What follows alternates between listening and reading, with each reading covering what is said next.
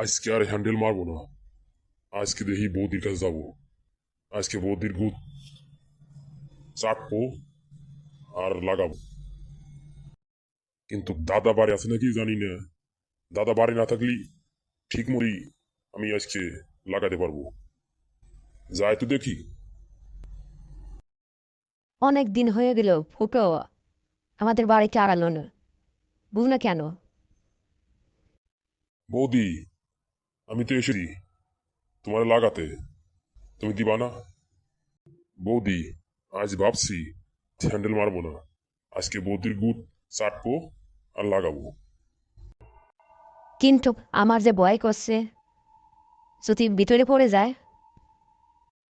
আরে না বৌদি, আমি এই ব্যবস্থা করে আইছি।